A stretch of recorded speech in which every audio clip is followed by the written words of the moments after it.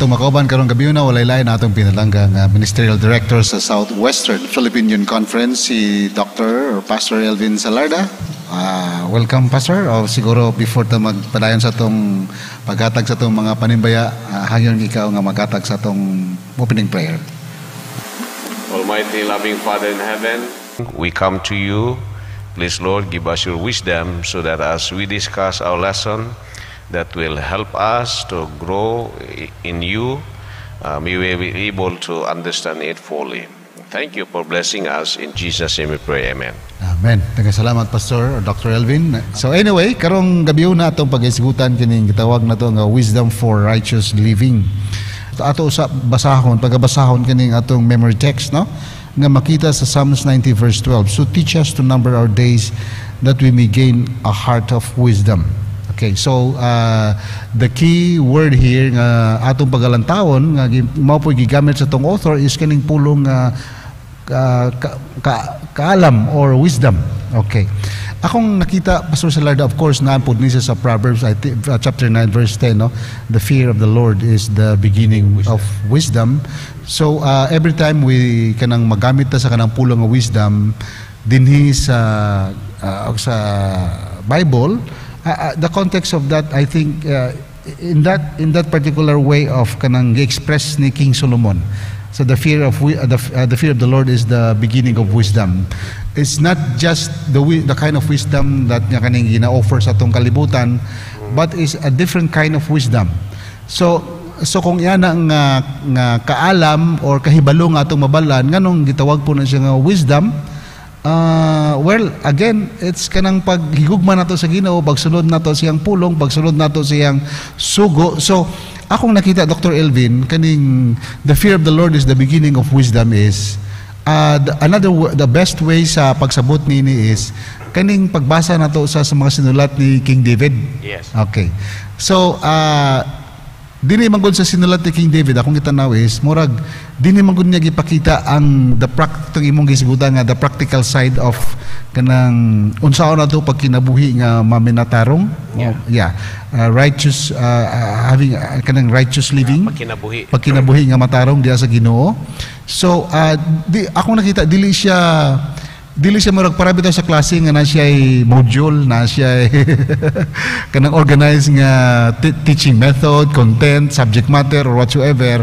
Pero kani siya it's actually simply all about experiences. Yes. So wisdom therefore madraw nato dinhi gi-explain sa tuwa not in a form of kanang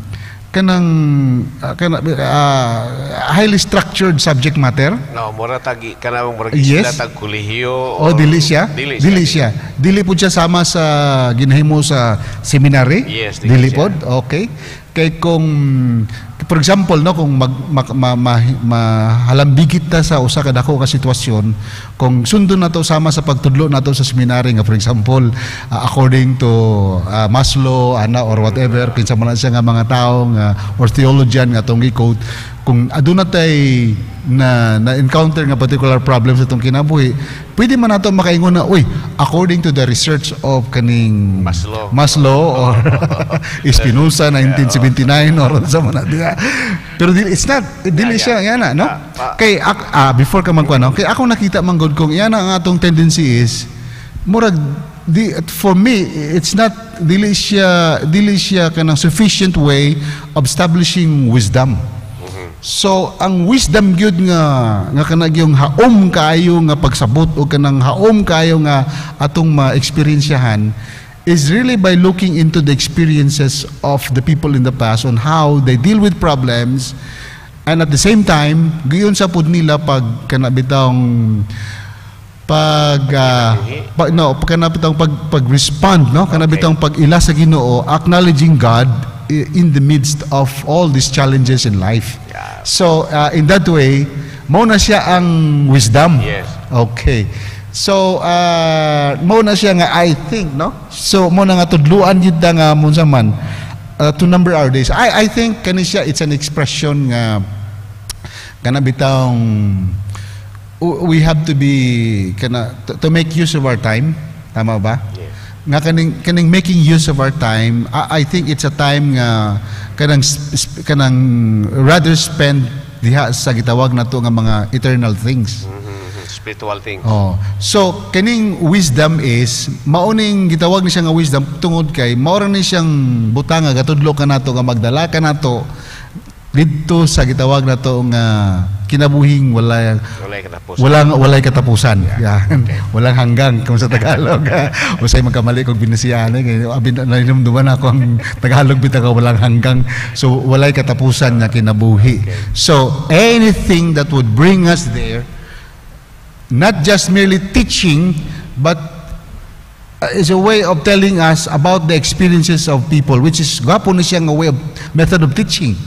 Kanang experiential.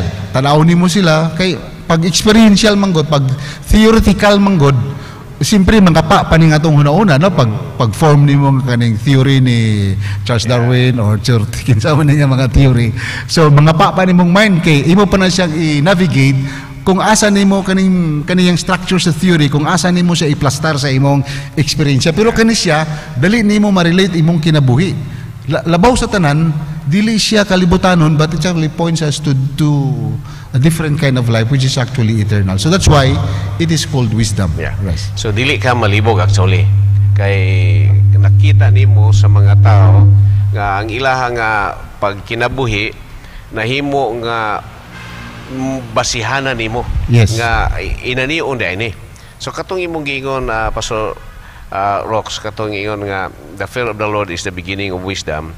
So imong matanaw nga sa ato pa kining kaalam nga atong mabatnan, wala di ani siya nagsumikad sa atong kaugalingon nga paningkamot aron mahimo ta manggialamon. Pero kung moduol ita sa Ginoo, we have to walk with God sa atong kinabuhi sa matag adlaw in our spiritual life. Kapag kinabuhi sa matag adlaw, mutubo kita diha sa kaalam. Nya kini na mga kaalam, as you said, dili ni kalibutanon nga kaalam. Kundi kini kaalam nga iyaha Dios nun nga kaalam. Nya kini nga Dios nun nga kaalam, kung ato ding makuha sa ato nga pakigsuod sa Ginoo, sa atong pagpaminaw sa iyang paggiya sa ato nga kinabuhi, mahimo ang atong kinabuhi nga usa ka matarong. Okay. Mahimo ang atong kinabuhi nga righteous. So dili ni kinahanglan og muiskwela pa ta ni. All we need is to establish a spiritual relationship with Jesus or with God, ang ato nga pag-alagad kaniya, because we can learn sa ato nga pagtubo nga espirituhanon, sa atong pagsimba, sa atong nga pag-fellowship, sa pagbasa nato sa pulong si Ginoo, pagpaminaw nato sa atong mga pagwali, then we will be guided sa usa ka paglakaw nga mahimo kitang duol sa Ginoo. Then to me kana nga kahibalo nga atong nakatunan sa espirituhanon nga pag tuon nga gihatag sa Ginoo sa tuwa in different ways. That is how we grow in wisdom. Tungod kay pagtubo nato ni anang espirituhanon nga kaalam, the reward is eternal life. Pag-demonstrate sa usa ka karakter nga reflection of the character of Jesus, or the reflection of God's character sa ato nga kinabuhi. So muna siya ang ma-display. The fear of the Lord is the beginning of wisdom. Then looking into our text, aron matudluan ta that we may gain a heart of wisdom. So mga kaigsuonan ka paglaom, if we really would like to have the wisdom of God, atong eksperensyahon ang usa ka relasyon nga maduol ta sa Ginoo. Maybe we can spend more time sa atong pagbasa sa atong Bible. Maybe we can spend more time in meditation, and maybe we have to listen to mga sermons nga makapadasig sa tuwa. Pero pag intentional nimo nga pagtuon sa pulong sa Ginoo, that you will grow. Right. So yeah, very good. So ang object di ani is kanang righteous living. Kaning righteous living, actually it refers to Jesus Christ himself, yes. No? Kay sa tanan buluhaton nga bisag unsa nga problema nga atong magian sa atong kinabuhi, if we only look at Jesus Christ, there will always be answer to our problems. Mabitaw na ingon sila nga at the cross, wala na problema nga dili matubag sa cross. Yeah. Mo do nang mo ng mga statement nga kanunay na ako nga madungog Pastor Elvin. But anyway, when I come to realize of it, tinuod po no? Kay tanan nga problema nga kasakit nga bugat yang kasakit, even death, no? Nagiyan ni Jesus Christ. So I believe that is how we define kaning righteous living. Kay ang assumption man gud dinhi sa tong lesson is, ang the assumption is kining atong kinabuhi man gud bisag righteous or unrighteous ka, ang problema nga atong magian pareho ra gyud. Yeah. Not here, no? So you are not actually exempted, no? Dilita walay point of exemption nga porque sige kag simba ang degree sa temptation dili pod, I mean, minus or siguro dili kay bugat, pero actually on the other hand, usay mas bugat pa ang degree sa temptation, no? So we never know. So for as long as we have life, so we will always be subject to this kind of kanang challenge sa kinabuhi. That's why sakto jud kayo ning ipakita ni David kay kani magong sinulat ni David. Akong panglanta mo ni Pastor Elvin is mura ni siya kaning diary sa iyang kinabuhi. Diary sa kinabuhi. Dili ni siya theological treatise. Kana bitawng theological construct, naghimo siya og theology nga mao ni ang theology sa kuan. No, I think it's just simply all about his diary, about his kanang experiences with God, rather than a formal theological treatise. Dili ni siya, no? Kay wala man siya nag-introduce dinhi og kanang mga words that or context. Basta simply all about what is God to him in times of war, who is God to him or what is God to him in times of this and that. So, akong balikan, Dr. Elvin, kaning gibalikan ni mo kan, so teach us to number our days. So, time is of the essence sa aning kwan. Kay, dagang ko nabasahan pud nga, nay, usa ka philosopher sa India, ingon siya nga, your life is a limited amount of time. So, because whether you like it or not, kining life nga tong kinabuhi, dili man siya mo last long. Yeah. So, when you put life sa dagan sa panahon, kining time man gud gi-impose man gud ni siya sa physicality sa world, no? Tama ba? Kay kung outside of the physicality, lisod mo gud di mo masabtan ang dagan sa time. So ang time gi-impose na siya dito sa kanang the physical aspect of the world. So ikaw pod nga tao ka, subject ka na sa time, ma-realize nimo nga na kay life, nga kanimong life dili gini siya mag-last long. So you have to make use your time so wisely. Yeah, okay. Mabitaw na ingon siya nga, ingon sa usa ka philosopher, ang mga miserable daw nga mga tao, sa ila ang time taas kayo. Yeah. Oh, tama ba? Oh, taas kay, for example, kanang dagang kay problema niya, ay pastilan, karusapan ni mahuman ang adlaw nga ana, di ba? Pero pag if you're living a joyful and happy life, ang time bisag 100 years, mubo siya nga time for a happy and joyful person. That's true. Modo ng irony sa life. So I think that's mao na siya ang point nga nung gisulat ni David nga, so teach us to number our days that we may gain a heart of wisdom. Kani bang heart kaning Dr. Elvin? Kasing-kasing. I don't know, I think na agiampon din mo ni siya. Sa mga ancient Israelites dahil wala din sila idea about the brain. So, kung magununa sila about kanang thoughts, no? Or emotion, feelings, and so on and so forth, usara na siya ka component. Ang kanang component mo nang gitawag nga heart. Yeah, ang ilaha magud sa kuan, sa ilaha magud sa mga Hebrew, ang heart ug ang mind interchangeably nagamit na nila. Okay. O usahay maghisgot og heart, pero it refers to the brain. When mo ingon sila heart, pero it refers to the brain. Usahay pumingon sila og heart, pero brain, pero nag-refer gihapon sa heart. So muna ang sa Hebrew ba murag ang uses sa heart sa word nga heart o kasingkas brain usara muna nga imog yung sabton sa ilang construction sa pagsulat, right, nga this word igamit refers yun ni sa una-una. So murabag, for example, so kung mayon magudiri nga heart of wisdom, that means kining sa ilang panghuna-una, it is the heart actually who make choices. It's actually the heart that actually makes choice or choices. Because it's a feeling. There's emotion, there's feeling. It think thoughts, no? And not only it feels feeling, but it thinks thoughts. Mga nilang hununa sa heart. So that's why the wording here, that we may gain a heart of wisdom. Dili siya that we may gain a mind of wisdom. So akong ginauna ba nga kung heart of wisdom, kining wisdom man God dili siya necessarily subject sa human perception. Yeah. Kay kaning knowledge man God is basically subject ni sa human kanang paggamit sa sense organ. Kanang sense, di ba? Ingon sa uban kanang sense organ is outward bound. Yes. Pero kaning faith, intelligence is actually wisdom is actually inward bound.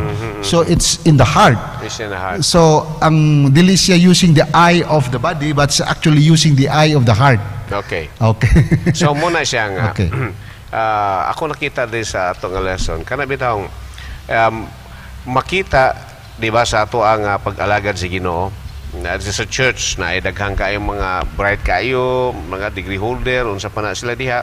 Pero tanaw nimo dili pa ni siya espiritual, di ba? Na atong palantaw. Although importante gyapon yes. siya. Kailangan gyapon nato. Kinahanglan tang manggialamon pero yes tinuod nga dako ni siya degree pero imong tanaw ning kinabuhi dili siya espirituhanon. So imong tanahon dunay lahi ta nga paglantaw kung atong tanawon ang tao sa iyang spiritual aspect, sa iyang spiritual maturity. Kung wisdom sa kalibutan ng tanawon, this one with doctoral degree, wa na gyud question na. Okay. Kay PhD na gud na siya.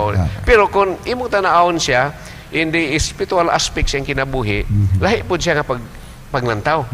Munang usa sa akong nakita sa atong lesson, ang isgutan diri pod nga kanang wisdom is not the wisdom of the world, wisdom sa ihagikan sa Ginoo nga muna nga imong tan-awon sa ato sa church nga yung mga tao nga atong gitawag yun nga they are spiritually mature, dili siguro edukado kayo, pero imong tan-awon sa leadership niya sa church matibulong ta, elementary ra man ta ni effective kayo. Pero ug magpili og elder sa church kadtong to ang gamay kayo og grado. Kay we do not equate nga kung bright sa kalibutan sa spirituality niya evil siya. Right. So muna akong gitanaw nga gwapo unta kayo ug mapareho ba nga you have the wisdom sa kalibutan ni imong natun-an then na po kay spirituality nga strong kayo. Right. Kay kung yana po ang pag-measure sa gitawag ni mga wisdom in the kanang spiritual on the side of spirituality nga the more you acquire kanang degree or whatever no imong educational attainment daghang kayo nay akwan kay ni siya kanang discriminatory. That's so. Pero it's also against also the principles kanang pag-gain of knowledge kay daghang mga pamaagi sa pag-gain og kanang kaalam. It's not just going to the school. School is just all the important thing ano. But napo uban nga pamaagi nga pareanang mga si Bill Gates for example nakahuman pero daghan kay nga mga successful kay nga mga businessman labi na sa world no nga wala sila nakahuman pero very successful sila. Yeah. So na yung tanaon nga wisdom, ma-learn mo siya sa experience, ma-learn mo siya sa imuhang experiment pag-eskwela po, many aspects siya nga tanaon. Kunya sa ato po nga espirituhanon nga pagpalagad, lahi po siya. Maimo po magin kung espirituhanon, of course, this can begin through our relationship with Jesus. This can begin through our deep spiritual study sa pulong si Ginoo aron mahimo tang atong mahibalaan ang mga plano sa Ginoo alang sa atong kinabuhi o sa atong tabang. So that is also another field nga atong nga matanaw. But knowledge also is important no. Example tagaan taning lesson so we have to learn. Yes. Basahon po nato kay it will also help us para mag-guide po sa tuwa ma-enrich ang atong spiritual life. So depende po sa imong motive. Pero kung imong motive is just to kanabitang to sana kanang enrich lang imong simple nga kaalam the mental aspect that's another thing no. But if the purpose is really to enrich your spiritual life, that's another thing. So, importante gyapon ni siya nga pagtuon nga natay lesson nga atong pagabasahon, atong pagatunan, atong pagadiskasan. But the ultimate thing, ang ultimate gid ani is not to create debate, is not to create kanang kanang arguments nga kita mas maay kita mangutanaw nya katong pastor nga atong ipangutanaw wala katumbag. That is not the purpose of having this lesson, no? More than that, it's actually to kung unsa ang epekto ini sa atong spiritual nga panginabuhi kay grabe kay importante ang lesson sa lesson. Ang lesson quarterly. Ang eventually ang goal gud nato no ang pagtuon nato sa lesson o sa pagpaminaw nato sa mga wali, sa programa nato sa tanan sa church, ang pagdemonstrate na gyud sa atong kinabuhi kung saan nato pagkinabuhi ang usa ka righteous nga pagkinabuhi. Because living a righteous life, actually sa atong lesson, maghatod yun na og panalangin sa tuwa. So that's really I think to me the focal point ngano nga we have to learn of the scripture, why we have to study our lesson, because these are guides teaching us kung saan pagkinabuhi nga matarong o kana nga kinabuhi nga pagkamatarong, eventually ang result niya na usa ka dako kaayo nga blessing sa kinabuhi nga nag-alagad si Ginoo. Right. Talking about blessings, no? Nana sa itong Thursday's lesson, blessings of righteous living. Kung bagabasahon nato ning sinulat sa Psalms 1-3, ako na po ning gibasa ang Psalms 112, 1-9, o kaning Psalms 128. Of course, nagisgot kini siya o kaning saad ba sa Ginoo nga iyang igahatag ngadto sa mga tao nga nagakinabuhi gyud sunod sa iyang mga lakang. O in other words, ang word na gigamit sa tong author is to those who actually revere, no? Revere the Lord, kanang nagsimba sa Ginoo, kanang gi-worship, kanang gi-consider ila jud siya gi-consider as really a holy God. Gi-worship nila siya nang as a creator and so on and so forth. So mao na siya ang one of the panalangin di ay nga gisgutan dinhi is kanang kalinaw sa panghuna-una. Yes. And actually medyo na po ni siya i-challenge gamay kay mo lagi na akong giingon, no, kay kumadtong ko sa theory. Pero kani manggod ang gihatag sa tuwa, it's already the practical aspect of the supposedly the theory, no? Pero kani siya it's already experiential eh. Yes. So mura bitaw, it's nice kay ang pagsaysay manggod sa sinulat ni David is kana bitaw ang gitagaan dayon ta og kanang mga lahi-lahi nga lessons. Unya, the good thing, kanira bang kay bantay ka ng mga study nato sa research, dili biya na siya every now and then kanang dili po na siya kanang relevant all the time. Yes. Kay maabot sa mga pipila ka tuig kanang atong gitun-an kanang mga data natong gi-gathered, mawala na siya. It's not constant. Dili na siya constant kanang mga 100 years ago. Kung imo na siya apply ron kanang mga data o kung kinsa man na siya mga scholar, daghan na kayo mag-change na kay tungod na lang po yung mga bago nga data nga labi na gyud nga natang gitawag nga artificial intelligence, no? Daghan kay ang kasulod nga mga kaalam or whatever mga data nga usay wa na to gi-expect. So sometimes it's going to really change dramatically the old data. Pero kaning sa Bible nga data nga gisgutan, matingala ka Dr. Elvin, ang application sa data nga makita nato sa Bible, it's actually applied siya for all seasons. Yeah, encompassing. Applicable sa una, applicable po karon, o applicable gihapon sa future. Because it is experiential. Yes. Okay. Kaya dili man nimuguna siya dili man guni mo ma-discount. Ka for example sa ato nga lesson nga ang pagkinabuhi nga matarong, dunay gyud na siya blessing. Dili gyud na nimo siya ma-argue. Right. Kaya if you are doing right, dunay gyud kay ang resulta na, dunay kay peace of mind. Because everything you do is right. Unya most likely ang ihapon nga response sa ana kalipay pod or kalinaw sad kay kuan man na siya, di ba? Doon na matay theory of cause and effect. So kung maghimo kag righteous, so ang result po na most likely righteous gyud na ang unya makabaton ka og kalinaw. Kanila bang assumption sa idea sa peace nga gisigutan din sa Thursday's lesson? Kay usay mo katong hunona sa peace, kana bitong ang surrounding natin is dili nata subject for any disturbances, no? Mo na nga atong definition sa peace, pero dili di ay. Kanang whether you like it or not, for us bisag naa ka diha sa presensya sa Ginoo, nagapoy mga disturbances nga mabot sa atong kinabuhi. So kay kung ang imo yung aim, for example, no, kanang moadto ka sa bukid kay gusto ka mo experience ka ng kalinaw gyud. Pero ang kalinaw nga imong naangkon dili man nagikan nimo. Gikan man na sa mountain sa bukid. Actually ang peace gyud ang bukid dili ikaw. Yeah. So pag naog na nimo gikan sa bukid, magsugod na po dahil imong problema. Or if you stay longer dito sa bukid, gusto nimo nga ma-peaceful imong kinabuhi, let's say kay peaceful kay surrounding, pero ang peace dili nagikan sa imo, but it's the surrounding that provides you the experience of peace, no?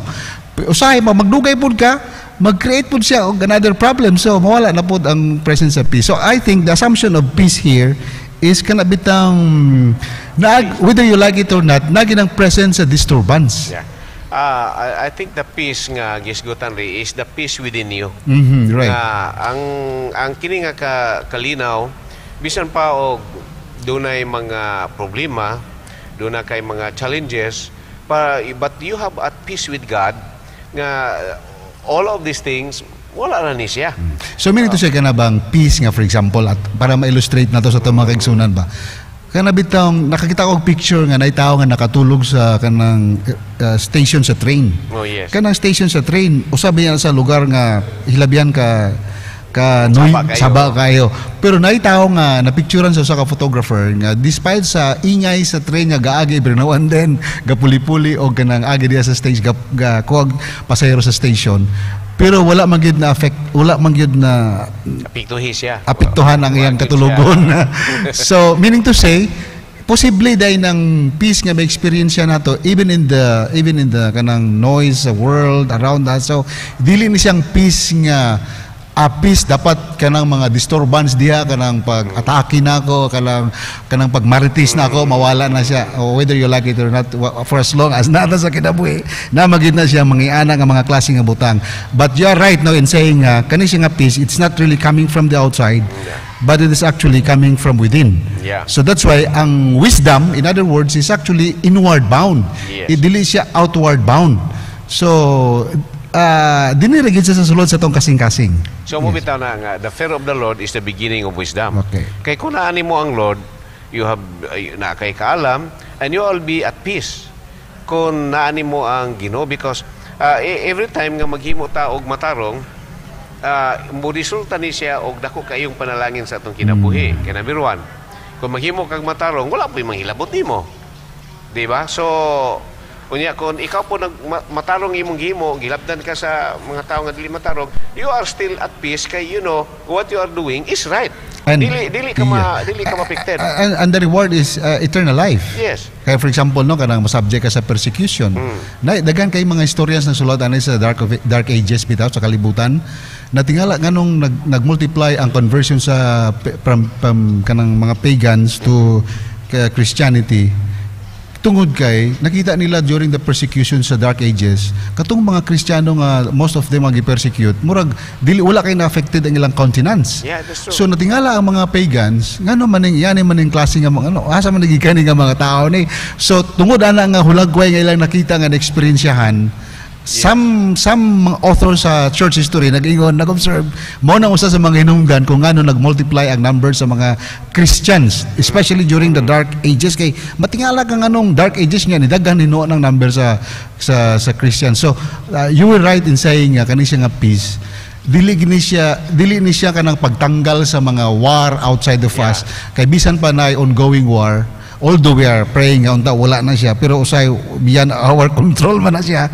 Mga tao nga makahatag nato og kasakit, we don't have control of it, but what is important is actually the peace within. Yeah. So muna nga kining paglakaw nga matarong, unya kining paglakaw nato matarong makuha nato ni siya o resulta ni siya sa atong relasyon sa Ginoo. Right. So tungod ka na kay relasyon sa Ginoo, naglakaw ka nga matarong. O niya, paglakaw ni mo nga matarong, blessing ang moabot sa imo ha.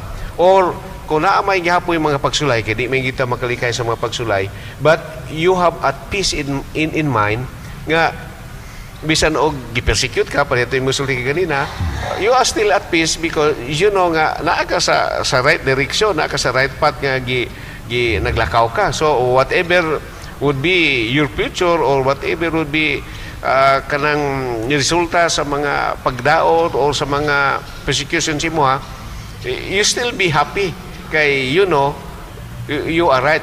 Kaya ako nakita mo gud kini mga tao bitaw nga naghimo og matarong bisan paghimo ng patyon dili na sila mo surrender kay mas dako kaing torture silang unahuna ang paghimo og dautan against sa ilahang will nga maghimo kag dautan kaysa mamatay sila nga mo stand for the right. Okay. So, wala tayo nga panahon. The good thing is, gipakita ni David kung unsaon pag kinabuhi, no? Yes. Nga, for this particular purpose, gitawag nito nga righteous living. And that's the only way nga itong masabtan kung unsa gyud kini ang kahulugan sa pulong nga kaalam or wisdom. It's not the wisdom that the world offers, but actually the wisdom that comes within. Just like what you said, it is experiential. Yes. It's more on the side of the spiritual kanang experience atong kinabuhi diha sa Ginoo. Daghang salamat mga kaigsunan og sa mga atong nagasunod nini. Humanini ayaw mo shift, no? Atong padayonon sa pag subaybay sa atong programa dinhi sa Hope Channel South Philippines. Kaya aduna tay nindot na usab nga programa nga mosunod nini ang atong Family Ministries Department sa ilang Back to the Altar nga program. Daghang kay mga nindot nga mga mensahe nga atong makuhaan og kanang pagtulunan. Okay, that's good. Okay, so we don't have time. Let's close this with a prayer. Heavenly Father, we thank you so much for the opportunity to look into our lesson for this week. How great our God that we worship, worship and serve. That only through our only through establishing a relationship with you that we can experience true wisdom.